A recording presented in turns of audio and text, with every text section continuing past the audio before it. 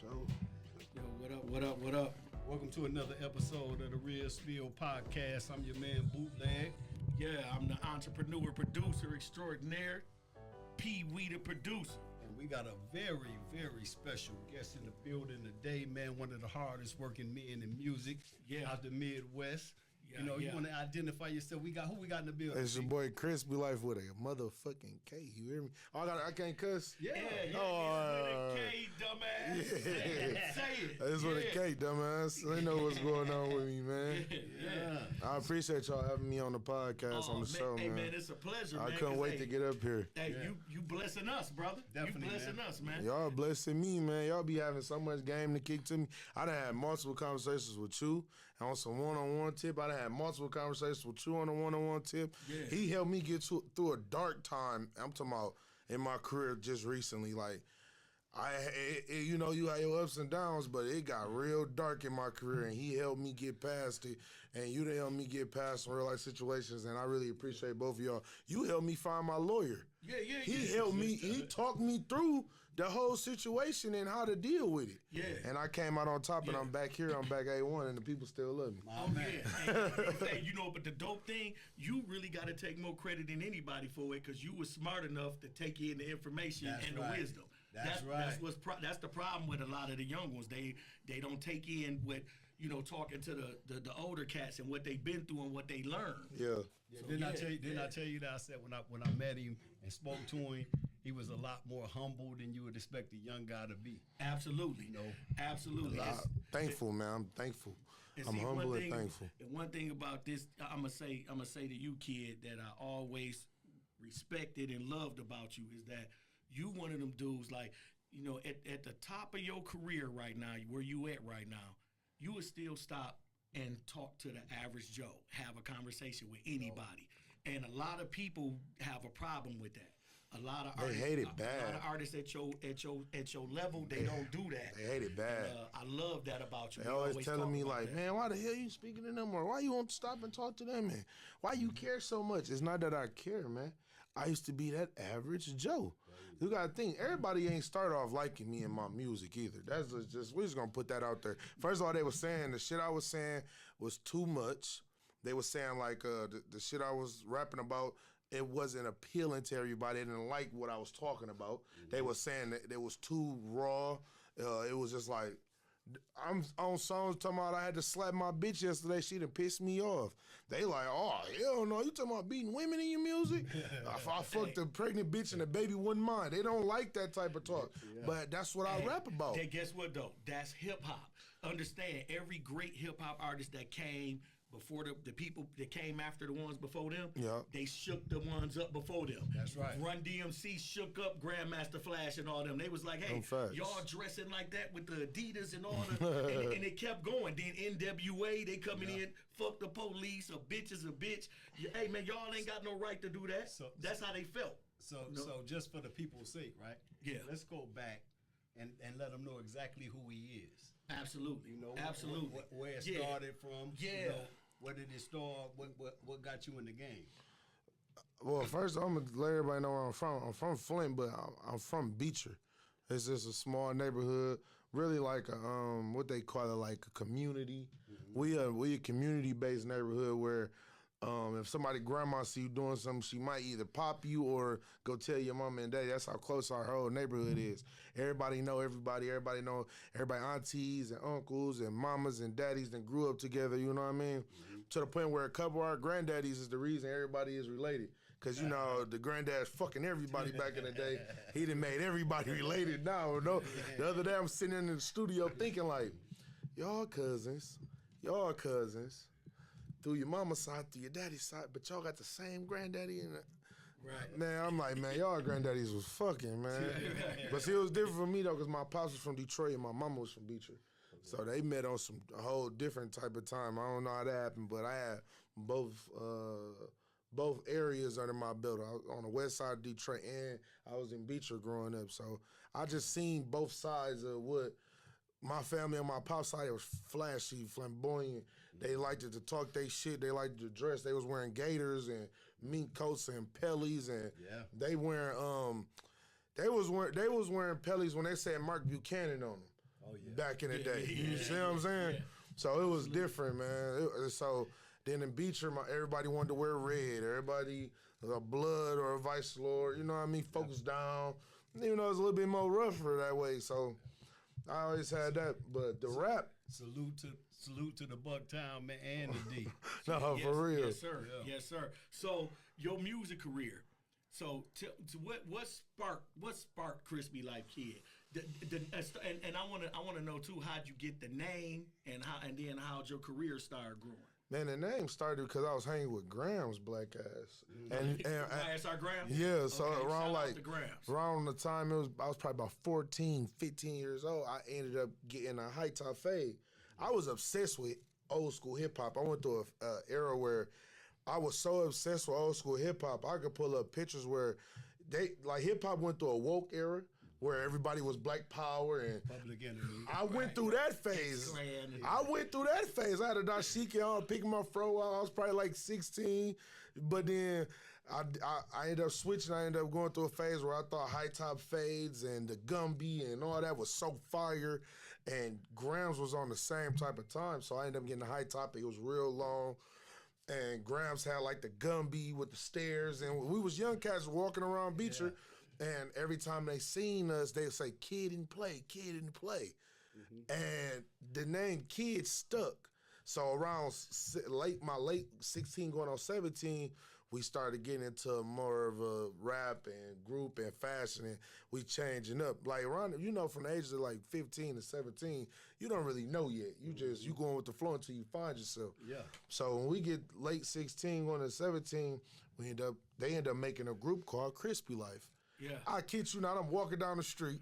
I ended up, one day I'm literally just walking down the street in Beecher. I don't think nobody really had no phones yet. Yeah. Or we weren't really caring about phones. We were still outside, walking around, getting into fights. We playing basketball, all that good jazz. And I ended up bumping into them. Yeah. And it was him, my little brother behind me. It was Don Perignon, YSR Grams, and it was a couple more. RP my homie Gabe. Was Gabe with y'all that day? It was them. They walking down. I'm like, where y'all going? He like, man, we finna go to the studio. Oh, I'm Cash ISO and Richie Rat. They all walking. I'm like, where y'all going? They're like, we finna go to the studio. I'm like, the studio? And I'm like, what's up? I'll go too. At first, I'm like, you don't even rap no more. Like, you don't be messing with the music. I'm like, man, I'll go. So I go just to sit in and listen. And then after that, I'm like, after we leave, I'm like, let me be down with y'all. I want to be KrispyLife too. They like, come on. So at the time, they come up with the KrispyLife. I get added on. I'm pushing it hard with them. Everybody else in our neighborhood wanted to join in. So all our homies wanted to be KrispyLife. So at first, we started off a strong 25, 30 deep. Wow. Okay. We was all KrispyLife. I'm talking about damn. Everybody in our neighborhood. I could pull up pictures where I'm standing there, Grams, and him, and a lot of the original members. We RP my homie Gabe and a couple more. We and a couple homies that's in prison right now, but we standing there and we a strong 20, 30 deep in the picture. And we posted in front of a BMW, and we just it was a unity, like this how we roll. And we all looked out for each other. We got into fights with each other, and we wasn't a gang. We was more of a family, even though we was already family. And then, as you know, you go along and time progress, everybody is so exciting at first. Yeah. But as soon as you spend your money on a good outfit and something don't fall through, that one homie say, I ain't finna keep buying no clothes for this shit. I ain't finna keep coming to these video shoots and ain't nobody making no money getting famous yet. So people was falling off. Yeah, so we went from a strong 20, 30 deep to 7, 8, 9 of us. Okay. And it went from 7, 8, 9 to 6 of us. Okay. And then majority of niggas started like, oh man, rap ain't working, fuck rap, I ain't feeling it no more. Okay. But then you got me, you got Grams, you got Y&J. Y&J was the original KrispyLife. Remember, he was KrispyLife J at one point. Yeah. And a couple of us just stuck with it. And then a couple homies end up, after we got grown, they retracted and was like, I'm about to rap again. It just said nobody kept the KrispyLife name except me. I don't know. That shit just got a smooth ring to it, man. Definitely. I made that shit iconic for the world to hear. So. Well, that was dope. Just to hear where it came from. You know, Yeah, that was some shit we believed in as kids, and I just stuck with it. I believed in it. I ended up changing my Facebook name to it. I was KrispyLife Kid, and I just didn't leave it alone. So tell me this: at what moment did you feel like I'm about to be big? When me and my group mates started bumping heads, and I'm in the studio like, man, fuck y'all, I'm out of here. I don't want to be KrispyLife no more. I changed my name and everything. We was younger though. I'm like, you felt that? You felt you was on your way? Cause I'm telling them. No, you said when I believed that I was gonna be famous. You didn't say when I was on my way. At that moment, I knew then. I'm like, I might be, because we just keep bumping heads. You know, you in a group, everybody want to be important, and which is everybody is important. Everybody play their role for us to win games. But I kept wanting shit to go a certain way, and they kept saying, you ain't the manager. You ain't my manager. Yeah. You ain't the manager. Yeah. I know that feeling. And I'm like, I ain't trying to be no manager. I'm just telling y'all what we should do. No, you ain't the manager. That type of shit was going on. We was younger. We wasn't making no money off no music yet. We was barely making money off shows, but we was getting booked at Skateland. We was getting booked at All-Star Sports Bar. Oh, damn. We was getting booked. Y'all was getting good feedback. We getting views on YouTube. Good crowds coming? Yeah. Like team parties, we rocking them out. Okay. We slapping team parties out. We was 16. Yeah. It's like we getting crowds. They coming, they booking us. We opening up for other Detroit rappers. We going to the Purple Moon. We opening up. Okay. And at the time, we young. We 17, 16. He about 14. Okay. We 14, 15, 16 in the club. We got on True Religion. We got on all the designer. We got on Pradas. We just, at 17, 16, we not supposed to be in the clubs, but people like Presidential P, Cliff Mack, Silly Boy, these cats was vouching for us way back. They sneaking us in through the back door like, man, come on now, man. We can't be getting him in the club. He 14 years old. Yeah. He 14. Don Perignon, 14. Y&J about 14, 15. They telling me and Grams and a couple older homies, a couple older members, like, we was all 17, 16. They're like, man, they young, man. Yeah. We like, come on, we just gonna do 2 songs, please, and we out of y'all here. Like, we not gonna stay. We not gonna drink, none of that. We just want to rap and then leave. He like, President P like, man, come on, man.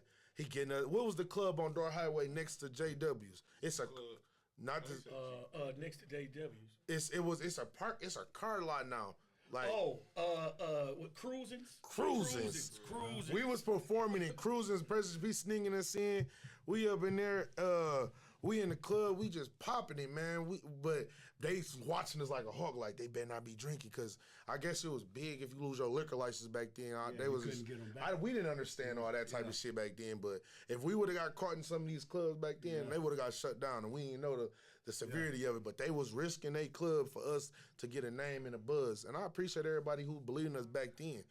I'm talking about we coming in, and it's about 12 in the morning, and we young. Yeah. And we tell our mom we got a performance at Scaling the whole time. I had a license at 16, and my mama had a 1996 Chevy Suburban, the long one. Yeah. We packing it with I'm packing it with all the members. We all rolling out 9, 10 deep in there. Yeah. I'm driving. I was like, man, we get caught. We going down, man. I'm getting in trouble. Mom ain't gonna let me drive her truck no more. So we end up, we pulling up at these clubs. We going through the back door. We performing. We leaving right out. Like, we can't stay. They don't let us say what's up to nobody, nothing. I'm talking about we hitting the stage. Wop. They pushing us right back out the back door. We in there for 10 minutes tops. Well, I had the privilege of, when I talked to you last time, of seeing some of your videos from your performances. Since you talking about performing, right? Yeah. Is that where you honed it all at? Because you was rocking shit. The shows you showed me. Man, I love that feeling. To this day, I still get nervous before I get on stage. But once you get on stage and you just see, you look at a couple reactions and they just like, you know what I'm talking about? They them white folks though. Yeah. And I'm like, whoa. Yeah, they gotta go on YouTube. Is that on YouTube? What you all of them, all of them. Tell them what that was that I seen. I showed them the footage when I was in Denver, Colorado, and I stepped on stage and them white folks lost their mind. The whole building. Bananas, man. Damn, that shit crazy. Oh, so look. Tell me this. I just want to hear this moment when you first started seeing the money. You jumping too far. Let's not get to the money. Don't get to the money yet. Let's figure out when he first signed his first deal. Yeah. Okay. But which one came first? The money or the deal? The money came first. I wasn't talking about the money. See, it was different. See, back in his generation when he was coming up, they didn't have no internet. No. They was all hand-to-hand action. Right. That's why his run was so legendary. He didn't have, this is why I give so many props to him and what they did back in the day in Breed and Top Authority and them type of guys, because it was never no internet where they can get on there and post their music and, hey, y'all go share that for me. Hey, y'all go like that post. These cats is hopping out the truck. They pop in the trunk. How many CDs you need? Cats is buying 3 or 4 CDs at a time. Yeah. They signing tapes and all type of stuff.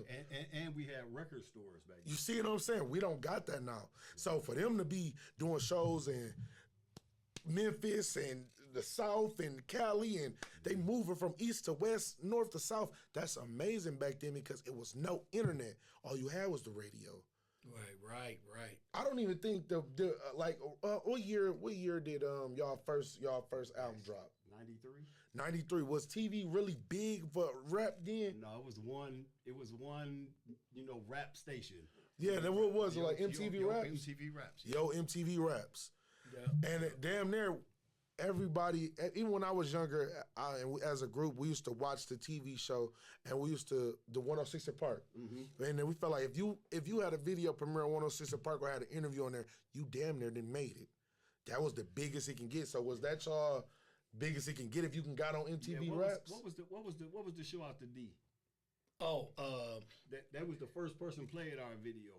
Where you can go on there, order it. And the box. Oh. In Detroit had a video station, and they were the first ones that played us. And it wasn't like it was more than like it wasn't quite like a show. Yeah. It was just like it was like a little channel where you could just you could order it and they would promote and music and show you little snippets and commercials and not to talk over you. It was so many. They'd show you how many people requested it. Oh, that's dope. Yeah. So y'all had real numbers. It wasn't no bots or none of that. No. So it was all organic. But my thing is, like, a lot of people be thinking, like, because I done met Icewear Vezo, and we met Icewear Vezo in 2014 as a group. When I first met Vez, I showed him messages of me writing him from middle school, 2013, 2014. Like, hey man, look, I'm 15 years old. I'm in a group called KrispyLife, and we want to sign to Ice Records. Just give us a chance. If you see this, here go our music. And I was spamming him back in the day. He never seen it. So how did 2020 come about when you actually did the deal? Man, since it's and it's been about 5 years since I met Vez officially and started pushing the brand Ice Records with him. That was really on some gangster shit with me and him. I never signed no paperwork with that man. Oh, word of mouth. Word of mouth. He was like, what he did was he said, man, I like your style. I like what you got going on. How can I get you down with me? I'm like, what you need done? He like, I don't want to put you on no paperwork. I don't want none of what you make. I just want you to move around with me. I'm gonna show you how to move around. Mm-hmm. I'm like, all right. He like, it was when I first met him. We was in a studio full of rappers. It was a lot of Flint rappers there. It was me, Rio, Louis Ray, Grindhard E. There was a lot of us there, and it was a lot of other Detroit rappers. And he pulled me to the side like, tomorrow I want you to come back by yourself. I'm like, he saw something in you. He like, tomorrow tomorrow I want to do a song and a video. I'm like, all right. He like, yeah. Tomorrow when you come back, it's just gonna be me and you and the engineer and the cameraman. Salute. So I'm like, all right. For that. Gave me a time. I got there. I was nervous. I got there though. He was manager. We did the video. We dropped it. Then he was calling me every day for the next 2 months straight. Like, hey, come back down here. Hey, what you doing? He's like, I'm gonna send you this money. I want you to put it in the gas tank. Come down here. I want to introduce you to him. I want you to introduce you. I'm like, real nigga shit. Oh yeah, he showed you some love. Yeah, that's real nigga shit. Yeah. I'm like, all right. So he like, what I got to do to get you a part of what we doing? Mm-hmm. I'm like, what we need to do? He like, man. He like, I don't want to put you on no paper. You your own boss. I just want to show you how this shit go. So I'm like, okay, bet. So he ended up just being a man of his word and staying to it. Okay. And I ended up signing to him later. I'm talking about, it was on some, I want to say it would have been 3 years. Okay. And one day I was just in the studio with him. We was in Detroit. Everybody was around. We was locked in. We just in there rapping. I'm in there engineering, because I engineer and mix music also. Nope, salute that. That's what I started off as. I didn't start off as a rapper for KrispyLife. I started off as an engineer for my homies. Okay. Like producing and helping. So, and I was mixing all our music and whatnot. And then one day, Grams I had got locked up, and Grams was just talking to me over the phone like, I got a song. When you come home, I want you to get on, and we just gonna push it. We're just gonna keep pushing. I met this cat named Energy. That's another story, but Vezo in the studio, and he just keep doing like this. I'm like, what, man? Why you so happy and jolly today? He like, I just signed the deal. I'm like, what? He like, yeah, I just signed with QC. I'm like, damn. QC? All right. Yeah. He like, yeah. He's like, let's celebrate. I'm like, how you want to do that? You don't smoke, you don't drink, I don't smoke. And he's like, I don't know. He's like, I'll be right back. He come back about 5 minutes later. He slapped my chest, and it was a piece of paper. I grab it. I look at it. I fold it back. I'm like, what this for? He like, cause you just been solid. It was a check for 60 racks. He like, damn. I'm like, damn. I'm like, what you want to do? I'm like, how you want to play? Like you just. And this before you did any music. I hadn't had no, I was on the run, but I was slowly still building. And there was other rappers reaching out to me like Kodak, and I'm showing him like these big rappers been reaching out trying to sign me. He like, just chill, man. We ain't doing no 360s, and we ain't doing nothing where you gonna be, nigga fuck you over in your contract. You gonna be in debt. We not doing that, man. We bosses. You just keep doing what you doing, and I'm gonna make sure you straight. And he made sure I was straight. He had me 60 racks, then had me another 10 in cash in front of everybody in the studio. I'm like.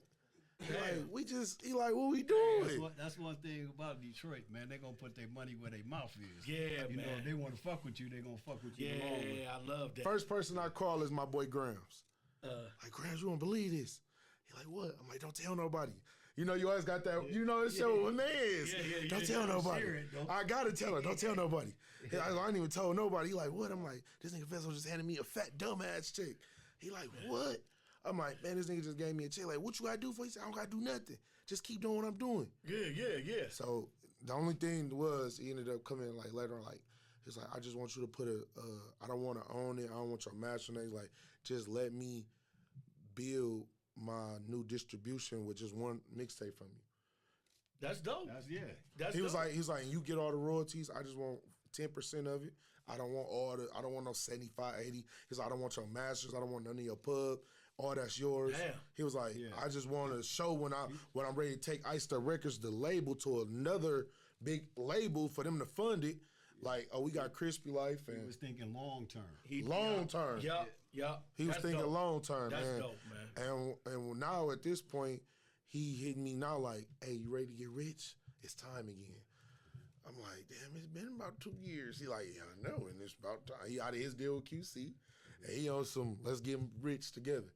And he want me to just start, he want to move like, just on another, like how we was before, but I end up I'm on tours, and I'm having so much motion, because you've been putting me in all these rooms. I don't develop relationships with everybody because of you. Now, I say I left the nest, basically. You know what I mean? He had to show me how to fly and what a terminal was, and that's how. And speaking of movement, you just did something big, man. I'm talking about as far as this streaming. Oh yeah. You want to announce that? You want to talk about that? Yeah. I was just talking about your streaming numbers. Like, a lot of people don't understand how big the music be. Man, moving. Right now I'm on Apple. I probably got 100 million streams on just Apple alone. 100 million. Y'all heard that? And then I'm finna have my first gold record with Kentucky Love.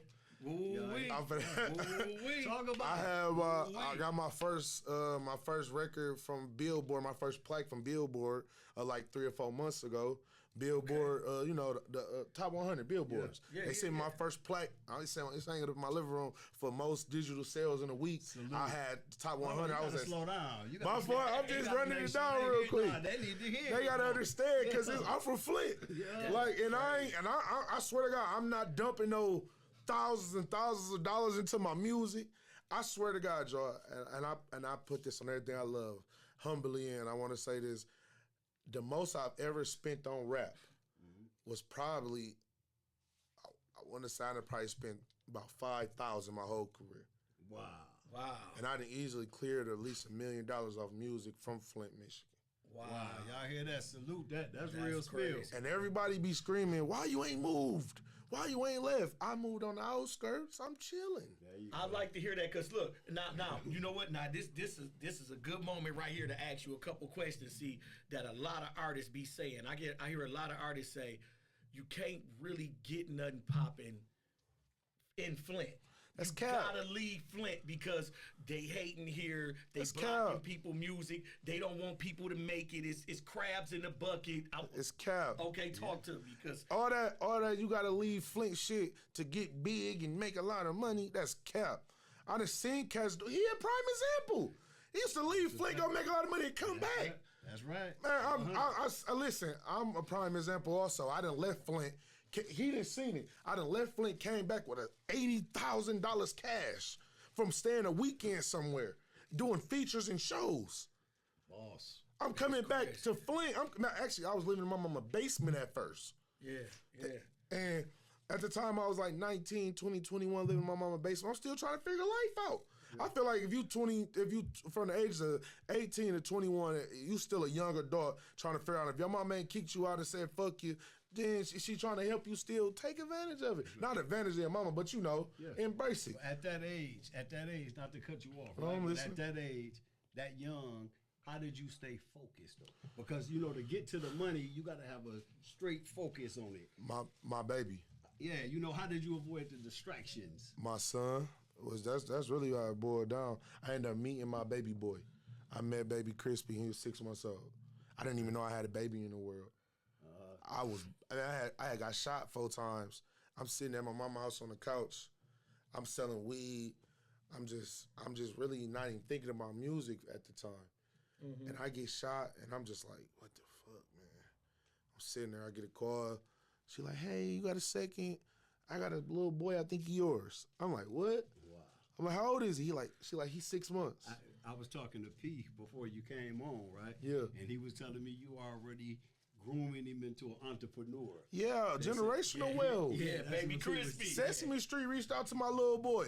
That's why I be so mad about Flint and the internet. The internet can portray a picture however they want, and I don't argue with them. I don't care to argue with them. I don't care about their opinion. I don't want to know their opinion. My thing is, what you gotta know and what you gotta understand, I'm standing on business about mine. That little boy gonna be so big one day. And he don't even understand how big he is right now. Justin Bieber and the People's Magazine just posted him 2-3 days ago. Wow. D-Boy in my line. We sitting there with me and D-Boy in my crib. We in the kitchen. My phone got the blowing. I'm looking. Hella 1,000 people hitting like Baby Crispy on People's Choice Magazine. Justin Bieber just posted him on his story. Wow. I'm like, what? 50 Cent been posting him. Snoop Dogg then reached out because of Baby Crispy the whole 9. Salute to that. Crazy. So, that's crazy. Man, listen. Shout out to Baby Crispy. At 8 years old, you got 20,000 followers on Instagram. You only following 16 people. Wow. That's crazy. Ain't it though? That's crazy. And how old is Baby Crispy? He just turned 8 years old in February. That's crazy. That's crazy. I just put him in my first movie. He was one of the main characters, Lil Miles. Yeah. So when did you blend off into the movie field? Now you how many hustles you got? How many different hustles you got? I'm not a rapper. I'm an entertainer now. I like that. I'm a businessman. I'm an entertainer. So I'm a jack of all trades. And I didn't want to wait until I was in my 30s because I'm still in my 20s. So I didn't want to wait till I was late 30s, mid 30s, talk about, I need to figure something else out. No, we going to figure it out right now. We going to do everything right now. So in the midst of me wanting to create different passive incomes, A lot of young cats don't know what a passive income is because they so quick to figure out what's the fastest money possible. And one thing. One thing. Yeah. Yeah. One thing. Yeah. And then this and tell me this, man. How did you get the heart, the courage? Because it ain't easy to jump out. Like you got your own cooking show that you do. You do movies. What gave you the heart? I'm a motherfucking dog. Okay. I'm a dog. Talk your shit then. It comes. The heart and the courage from me wanting to keep going so hard and doing so much is the hate that I receive from our city. Most motherfuckers get hate and don't know how to deal with it. Yeah. That pressure is a privilege. A lot of people go through life not receiving no pressure, having no pressure on them. So with them putting pressure on me, like, I don't think he gonna do it. I don't think he good enough. I don't like it. I don't know. It's always, I don't know. Yeah. I'm gonna make you understand and believe this shit then. Use it for fuel. I use it as fuel. I like that. I put it in their face. Yeah. It's kind of like, you see them pies, they cooling off in that windowsill from a distance. I don't want none of that. I want to, motherfucker grab that pie and walk across the street like, you want a slice? Right. No, I don't know. I don't know. They down there stick the fork in and stuff in your mouth. Yeah, that's good. Yeah. You know what? I'm going to go ahead and grab that slice off for you. Before you know it, they at your door every 3 days talking about, you got some more of that pie? You got some? You see him outside grabbing the meal. Hey, you got some more of that pie over there? Yeah. And that's how it happened. Yeah. I didn't give up. I didn't let nothing deter me. Every time somebody had a negative input or a negative feedback or something I didn't like, I never argued. I never was a sore player, sore loser. I never, fuck y'all and do. No. You say you don't like it? Okay, that's fine. I'm not going to delete it or take it down. That's going to stay there. I'm going to come with a different approach to see if you like that. If you don't like that, let me try again. I got different dishes over here, different flows, different beat patterns. We going to figure something that you like. And before you know it, a motherfucker found a lane and they was like, that nigga ain't that bad. If they don't like my music, you got to like how I fuck with the community then. There you go. I'm going to make you like me some type of way. You going to understand I'm a real one. That's a real nigga. I don't care if you don't like the flow. I don't care if you don't like the bars. I don't care if you don't like me on no music tip. But as far as a businessman or a father or a community activist, that guy. Salute. Yeah. Every time. I love that, man. And to be a young guy and take that on, man, you showing your strength, bro. Yeah. That's strength. That strength to be able to stand in front of, because I know you know already, is that hate is going to come with anything. Yeah, for and sure. Challenges is going to come with anything. But you got to be able to never stand still and move forward. You got the ability to do that. I seen you do it. I don't mean to cut you off, man, but I be feeling like Bron or Jordan sometimes. Motherfuckers hated Michael Jordan in the 80s and 90s. They hate LeBron right now. But then that motherfucker with that ring, they be like, it's LeBron. Yeah. It's Michael. Hey, look, ID, this is a conversation me and you had. See, one thing about people, it's hard for human beings to accept to see another human being do something that make it look easy when it's hard for them to do. That's right. So what you're gonna try to do is human beings try to bring you down to their level by ridiculing you and criticizing you. Everything looks easy until you have to do it. Right. But then, this though, Right. where the psychological part come in for me. That motherfucker be like, I know I rap better than him. I know I'm a better lyricist. What I say, D-boy? That nigga rap better than me, man. That nigga sweet, but he can't outwork me. And I brush shoulders with you. You will see me next to you like, what up, though, bro? And then see me on Facebook or on Instagram in LA with the biggest rappers. Yeah. Like, what the fuck? I just was with him 2 days ago in Flint. A lot of guys don't understand there's more to it than just talent. You got to have a personality. You got to have a spirit about you. That's what guys like Tupac wasn't the best rapper in the world, but his spirit was. He connected to people. Yeah. You know? He had that energy, man. Yeah, man. Some people will love you, man. They don't care what the music sounds like. He's just a good guy. Right. You know what I'm saying? Have y'all ever been around a younger family member? It could have been your kid. It could have been your niece, your grandkid, whatever. And we talking about 3-4 years old. You show them a picture of Michael Jackson. Why does a 3-year-old in 2025 know who Michael Jackson is? Right. That impact is so hard. Michael Jackson died in 2009. Right. Yeah, and kids born after that know who he is. Rocking to it. How do a 3-year-old know who LeBron James is? Right. Yeah. Real deal. Greatness, though. Real deal, yeah. That's because these people get talked about on the regular because they show so much greatness, you can't forget it. That's right. For sure. For sure. Ain't that a fact? That's so, how legends are made. Right now, True. Right now, my son's favorite song, and he asked me to play it every day on his way to school when I pick him up. Down in this motherfucking dope game. Yeah. No cap, right now. Wow, that's crazy. And it stemmed because for 313 they had booked me to come to Detroit and perform. And I'm telling D-Boy as we going through my show set, I said, I want them to know how Flint turned up. So in the beginning of my show set, it come on, down in this motherfucking dope game. Y'all can't fuck with me. Then it loop again, down in this for about 6 times. And the DJ was supposed to be, y'all ready to turn up the Flint way? Y'all ready to turn up with us? Yeah. Oh shit, we taking it back. I was gonna come out to the Dayton family.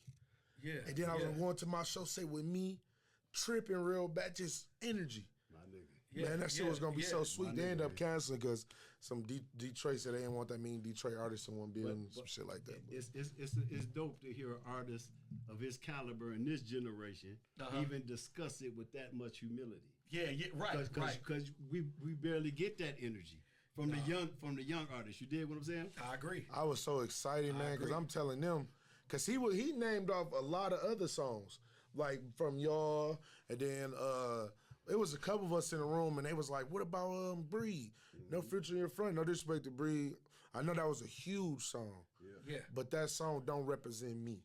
Gotcha. Okay. Like, Ain't No Future in Your Front, that was a good song. He sold millions of copies. I got a lot of respect for it. I love the song. But when I'm coming out and I'm saying where I'm from, and I'm telling this crowd in Detroit, I appreciate y'all having me, but I got to show y'all how Flint rocking. Yeah. No Future in Your Front was just so common. Like, it would be so much like, I can see why he did that. You know what I mean? Exactly. But Expected. It's expected. Mm-hmm. But I come out there of that, they like, whoa. Yeah. Probably some people wouldn't even know what it was. Right. And when they asked why you picked that song, I said, why not? It's gritty. We grimy. This is where we from. Come on, man. If we gonna come out, we gonna pop out. We gonna do it the right way. You hear me? Salute that. So I'm more so excited for the future of the music here, even though the shit is divided right now. And why do you think that is, though? I don't know. Rio came home and ain't fuck with a lot of us. What? No explanation? I tried to text. I tried to call niggas that's around him. I text niggas. I done text managers, and it started with the Welcome Home Rio concert. I saw all y'all was in it, and I love that. I said, no, he wasn't. Everybody did. Now, can I say this? Oh, no. Can I say this before you tell that story, right? Mm-hmm. I'm going to speak personally from me, right? Mm-hmm. When I went to prison, right, I made music in prison, created music that was for me. Mm-hmm. So when I came home, only I could do it in my head. I said, this for me. I can't get back with my group member. I got some things I have to do first. So I want you to think that maybe Rio was just doing some things he has to do first. Yeah, and I feel like first, and then I in my heart of heart believe that he truly gonna come back around and go boom. And I feel like that too. That's why I don't want to. That's why I was trying to explain. I had a conversation with my homie last night. I don't want to get on the internet and bash him. Because I'm going to look like a fake nigga because I didn't show so much love. The whole 3 years he was away, every show, I did 1,000 shows. I did 1,000 songs, and I'm in the beginning, Free Rio, Free the Main Bird. 1, 2, 3, Free Rio, the whole crowd for 3 years straight. Okay. I showed him genuine love. I never looked at it as nothing in return. I never looked at it as opportunity when he come home. For years, when he was locked up in months, I said, when Rio come home, he going to be one of the biggest rappers in the world. In which he came home, and that's what he did. He came home and showed, this is what I do. You know what I mean? He performed at a high level, and I never took that away, and I said that. So my thing is, I was okay with putting up my 35 points. Arms Mike having his 50, Rio having his 60-point, 100-point games, and I might have 15 assists that game. I'm okay with that. I'm a team player. So I can't get on the internet and bash that man or say nothing ill about him. And me and him that talked, and I done said out my own mouth through text, hey man, or even on the phone I done talked to him, I'm not into trying to surpass you or be better than you or in competition with you. I'm not. I'm cool with being a team player and being a part of this team. And the team we wearing is Flint. That jersey say Flint on it. I'm cool with being a 6-man off the bench. I don't want to be bigger than Y&J. I ain't trying to be bigger than Babyface. I ain't trying to be bigger than BFB the Pac-Man. I'm not in competition with none of my peers. And I call them my peers because I done put up numbers with all of them.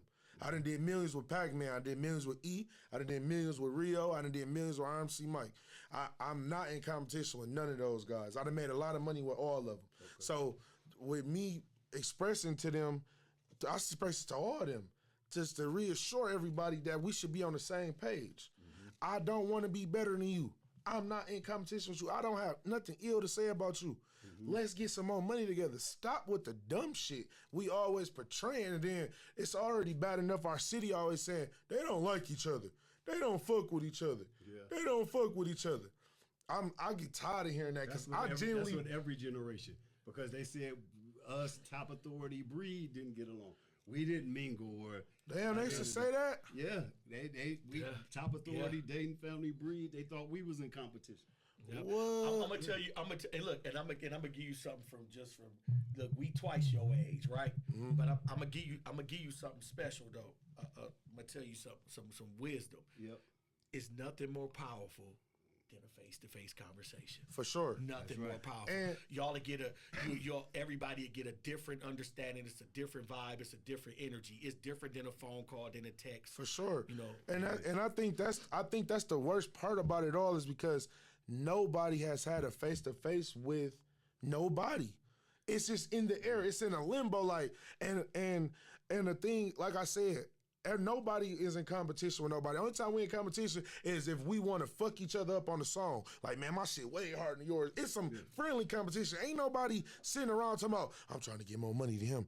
Oh, man, that shit whack he got on. Or, man, I don't like ain't nobody doing that. So somebody got to initiate it. Somebody, out of all y'all, somebody got to take the initiative and reach out to the other ones. Absolutely. So it's been trying to be done for the past couple months. Ain't nobody replying. Ain't nobody texting. Ain't nobody answering. Why? I don't know. Mm-hmm. It's like it's one of those ego things. It's getting an ego trip at this point. I ain't gonna reach out first because it look like it ain't even that. It's I don't owe no nigga no explanation. Oh, that damn okay. Yeah. And why I don't know. Even it's to the point where it ain't even got to be nobody that's been around him. I even text like, hey, man, I text RMC Mike like, how you doing? You been all right? I'm just checking on you. I ain't talked to you in a while. He texts me like, y'all been good, man. I've been straight. So I miss you, gang. It's been a minute. I ain't seen you, talk to you. What's been up? He said, man, I'm just trying to figure it out. I ain't really been in the right mind. Okay. That's 100. That's 100. But talk to me. Yeah. But as long as the lines of communication is open still. The lines of communication are always open. That's why I tell everybody, if we need to have a sit down, it need to be done. Because ain't nobody did nothing to nobody. This shit all about emotions and everybody being passionate about music. Gotcha. This is not the disrespect comes from everybody being passionate about what we do. Okay. I want people to understand that. So now it's getting to the point where everybody was so happy for him to come home from jail. Nobody want to see nobody in jail. Right. And then for the past 3 years and 8 months, everybody was screaming, free Rio. Can't wait for him to come home. Yeah. Everybody know that he's the savior right now. He opened up the doors for Flint. He laid out that brick road to kick down for us to walk on.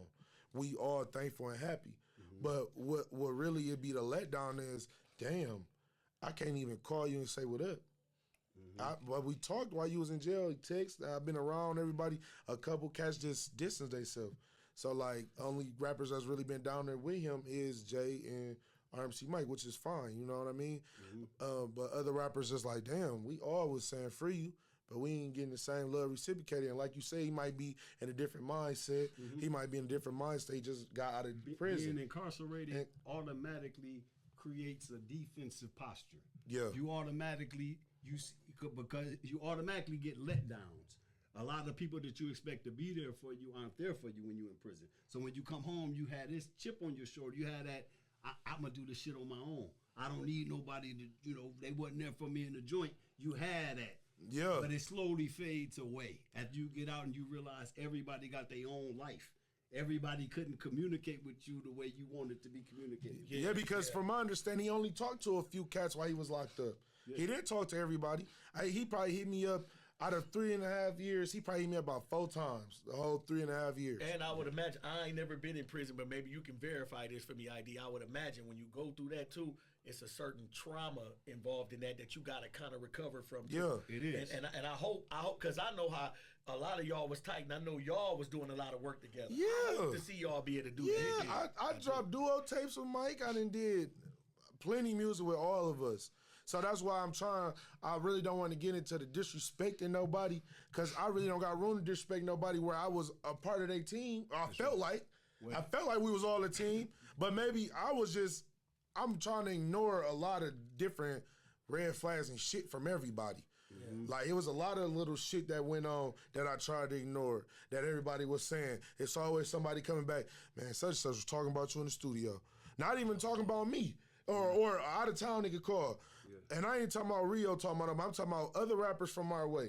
The Detroit nigga call. Man, such and such said, don't fuck with such and such, and they might as well book you and such and such. Y'all don't fuck with Dog? I'm like, yeah, we fuck with Dog. Yo, they said you don't. I said, we fuck with Dog. You can book him, bro. I'm going to tell you this. Y'all boys, man, collectively on the forefront of this generation of music, rap music. All of y'all. All of y'all paving y'all ways in different routes and different ways, right? But together, it's unstoppable. Niggas is and a lot of outside motherfuckers might be afraid to see that come together. These niggas the Avengers when they come together, man. Yeah. It shouldn't have been a cat like Babyface E to get everybody on one song. Right. Yeah. He the youngest out of everybody. Babyface 22 years old. For him to get me, and shout out to E, me, Louis Ray, I'm talking about all of us to do one song together. That was crazy. It took so long for that type of video to happen, and song to happen, for him to make it happen. Wow. That's crazy. But you know what? It be like that sometimes. You know how you have all the assemblies or siblings or a bunch of family members, and you got that one that's like the rock that everybody kind of listen to. It don't matter what age they are. Yeah. It's always that person in the middle. That's just what it is. You know what I'm saying? Sometimes it's that person that's kind of in the middle, and everybody kind of, you know. The only reason my frustration came from the whole situation about none of them boys fucking with me no more. It was more so like this. Like, he came home, and I wasn't so anxious. I was just more so being patient. Mm-hmm. And when it was time to be anxious, I got left hanging. When it was time to go like this, like, what's up, my boy, welcome home, motherfucker kind of looked at my hand and kept walking. And the real reason I feel like that is because he had this concert coming up, and everybody knew about it. I was excited for it because I thought automatically I was going to be a part of it, in which I wasn't. And I felt like I felt some type of way because everybody that was around him knew I had been asking. I'm calling everybody that's got any connection to him, like, hey, what's up with the guy? I ain't heard no info. I ain't heard nobody say they not, like, is it happening? What's going on? They kept telling me they didn't know. So I'm asking, well, just keep me updated, keep me up on the info. Whole time they knew I wasn't a part of the show and just didn't tell me straight up. Yeah. Like, they gave me the runaround in the I don't know. I really don't know. And them whole time motherfuckers knew.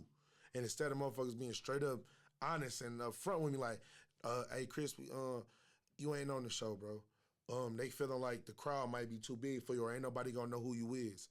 Ain't nobody gonna know, like, it's like, they ain't nobody gonna know you. Like, you might come out on stage and not one person say nothing. Why not tell me that as a man? Why leave me in the loop like, hey, bro, what's going on? What's up, man? I ain't seen no flyer or nothing. Yeah. Like, what's going on with the show? Oh, no, bro, I ain't heard none of it. I ain't seen nothing. I done talked to 6 different people. I'm okay. Yeah. All right, well, just call me. Boom, hang up. That was at 11 o'clock in the afternoon. In the morning. Boom, 12 o'clock hit. Somebody sending me the flyer that's done. Like, why the fuck is you not on this? What is going on?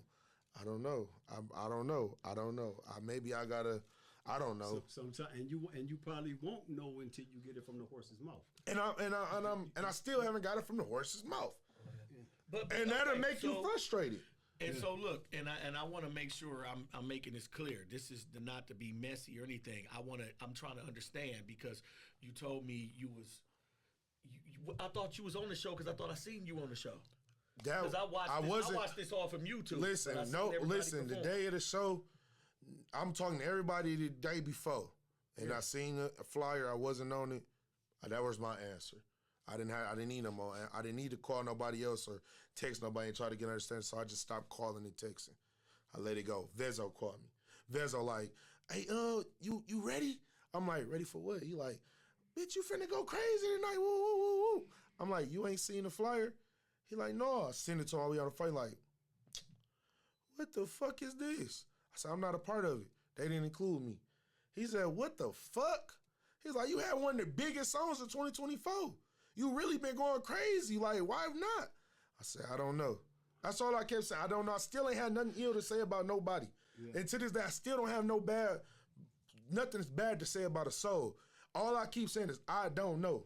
I don't know why. And nobody has told me why.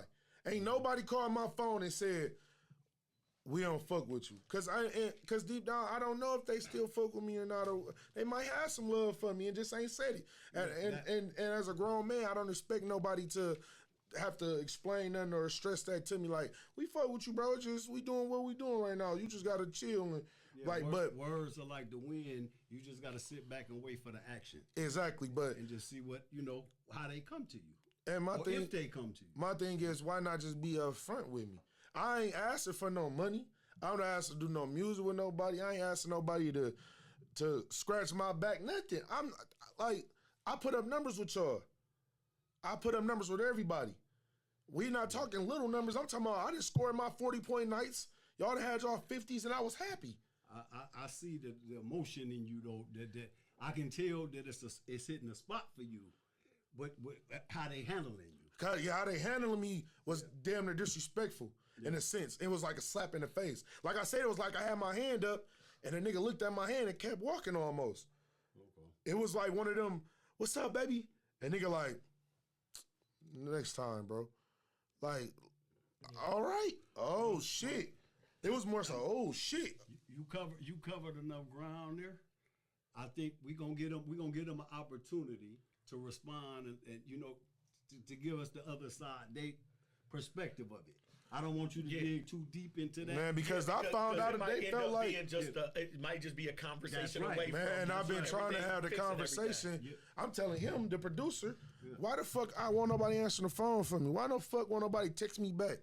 What is going on? I want you just to keep it right there.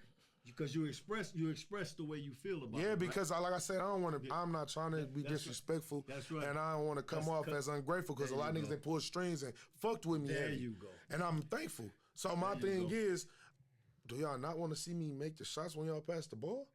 No, I'm going to tell you this. It might feel like that because I'm going to tell you, people like me and him, we done been through this before. Yeah. I done been through this with family members and everything. In music though, in the music business with your own people. And one thing, man, sometimes it just take that conversation. It might not be. And let me tell you something, as a man to man, right? Mm-hmm. Always be cautious of expectations of other men. For sure. You don't expect nothing. Don't expect to be put on the show. Don't expect to hear from them. I think that was my biggest fuck up too. Because you won't be disappointed if you don't expect it. And that's what it is. Shit. I'm not so mad. I ain't hurt none of it. I'm more so just disappointed. Yeah, I get it. I get it. Like I say, cause a nigga that's mad would have been ranting on the internet. Oh, fuck niggas and da-da-da. I ain't did that. Oh man, bitch ass nigga. And you shouldn't. I ain't did that. And you shouldn't. It's more so. What is going on? I'm still lost. You just in the dark on it. I'm in the dark. Yeah. And ain't nobody brought me to the light. Ain't nobody man enough yet to bring me to the light of what the fuck going on. Well, I think that's gonna pan itself out. I done seen moments like this before. I've seen these, and I think it's gonna work. It didn't got to the point where it's so confusing because emotions fly high with music, and when I said everybody passionate about it. And then, the type of music we make, it's aggressive. It's grimy. It's shitty. Yep. We talk shit, and it might not even be what we come off to be. So it's a lot of mixed emotions, and a sit down is necessary and needed. Ain't nobody having that, nobody initiating it. It's kind of like my homie Grams, he pissed right now because he feel like niggas, the way they handling everything is ass backwards and trash, and niggas just ain't being men about nothing. You know what I mean? Everybody throwing rocks high in their hand. Everybody saying certain shit, but ain't man enough to say it to nobody's face. And the way he handled, he really mad. And I'm not mad at him for being so mad because he in a different situation than me.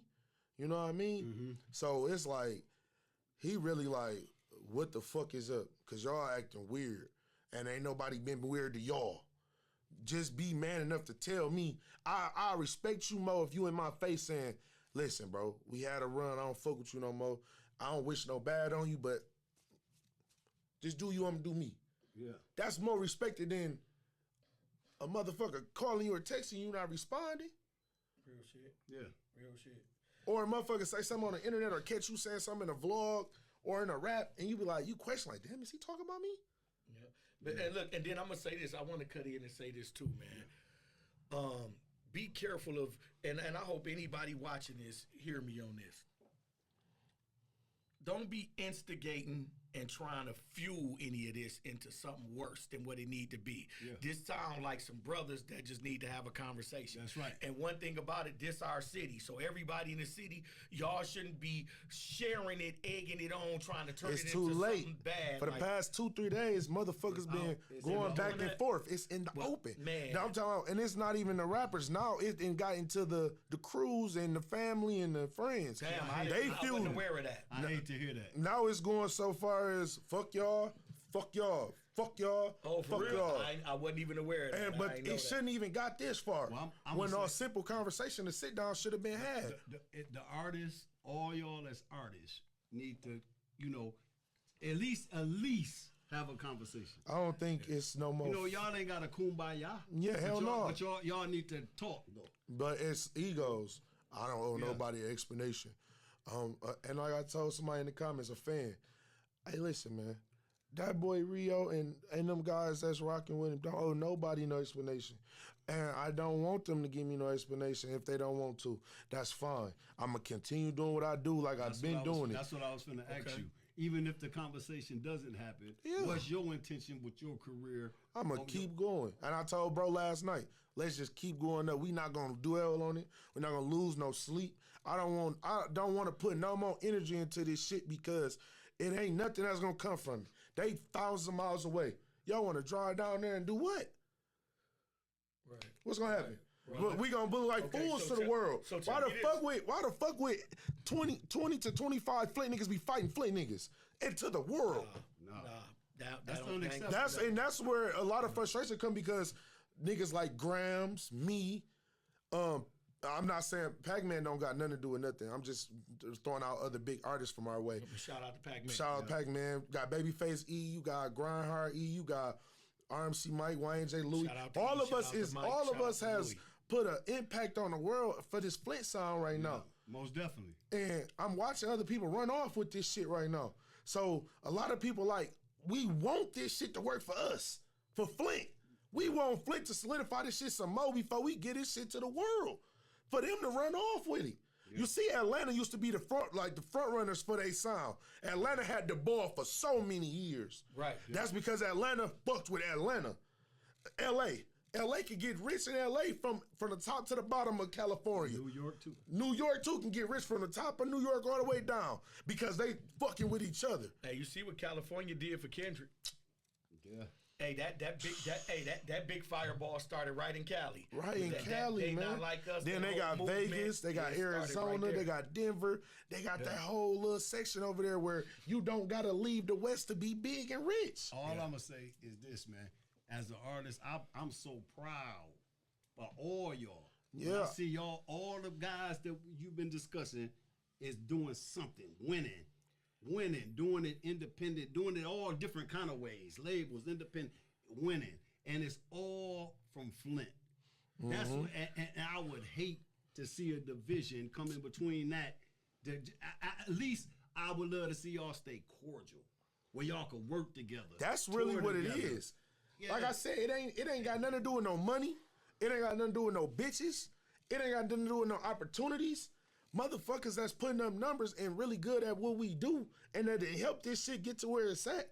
We just want to keep working as a team. But it's divided. Yeah. Like, only niggas I done worked with in the past so many months is Grams, Pac-Man, and Babyface E. Like, that's it. Now tell me, what's your I don't mean to jump the subject, but I don't want to forget this. You got a few things in the making right now, including another movie and all that. Tell us a little something about that too. But we're gonna have to part to it and continue it. Yeah, but we want to hear what you got going on in the future and what's your plans and what you got going on. I got new projects coming up. I got another movie I'm finna start shooting as soon as the weather get nice. Because my last movie was cold as hell. I don't want to shoot no more movies in the winter. That was Get Rich by Any Means. I don't want to get... And that drops in a couple days on streaming platforms. I had a little cameo in there. Yeah, he did at the beginning of the movie. He kicked it off.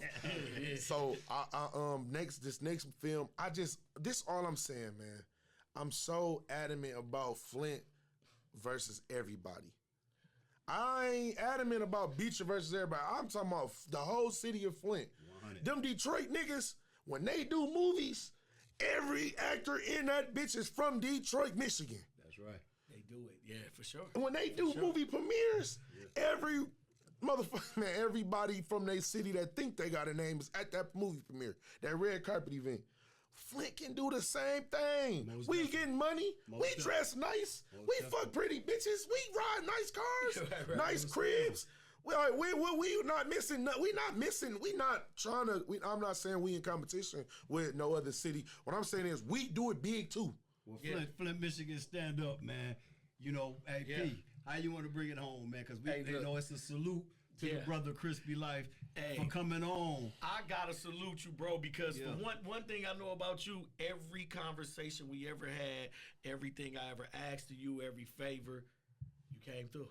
No, for sure. You always kept your word, and I gotta commend you as a man because he always been a man of his word every single time. And one more thing before we get going, I got a duo tape dropping with Wild Shark Grams. I got a whole tape dropping with. A group tape dropping with me, Babyface, E, and Pac-Man. Okay. I got another solo tape that's dropping at the end of this month. Keep working. I got another TV show finna drop for the love of KrispyLife, where 15 women competing for the love of me in one house for a week. Reality TV. Okay. I got a clothing line dropping. Okay. We just the food thing. Food review. I'm about to start season 2 of my cooking show, where I'm gonna be reaching out to cats like you and you to interview while we cook y'all favorite meal, cause I can't cook. I got my food review show popping right now. I've been TikToking food review locations and new restaurants, turning black-owned businesses up. I got most schools I'm reaching out to, talking to. Beecher asked me to help them put their senior prom together this year. I'm finna help Beecher put their prom together because they said they weren't gonna have one until I suggested it, because I went up there and talked to all the youth and I was like, what y'all doing for prom? Like, man, we ain't gonna have one. I said, what? I looked at the principal, I said, let's make it happen. Whatever y'all need from me. I'll come perform, I'll promote it, whatever. Fundraisers, whatever we got to do. I just went up to New Standard, talked to them kids. I went with the Broom Center on Saginaw Street to the after-school program, talked to over 100 kids. The holidays come, I'm holding the Easter egg hunt. Active, y'all. I got over 100 churches in Flint donating. I'm gonna hold a food drive.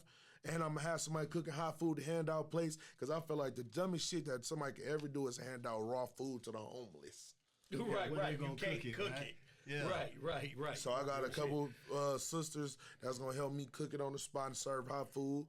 I got endless shit coming up. Me and Tim, man, if you need our support on any of those things, we reach out to us. We there, man. 4th of July. Before I go, 4th of July, I know this is a long time away, but I'm putting it in motion. I got Black Cat sponsoring me. I'm trying to hold the biggest fireworks show from the hood that they've ever seen in Flint. Damn, they're bigger than downtown, and I'm trying to get the okays from the school to use the big field on the Beecher. I'm gonna have live DJ, free food. You don't gotta do nothing but bring you a lawn chair or sit in your trunk, or you can come up and sit on the curb with me, because I'm gonna be sitting on the curb right on the pavement with the kids, and we're gonna have a good time. That's how we're gonna do it. So Flint Town, y'all give it up, man, for the homie, man. KrispyLife Kid in the building, man. He has so much to share with y'all. Y'all go back and watch the interview again and check out all the things that he mentioned in there, man. And we gonna all keep them in our prayers, man, that they patch all the disagreements up. Absolutely. I want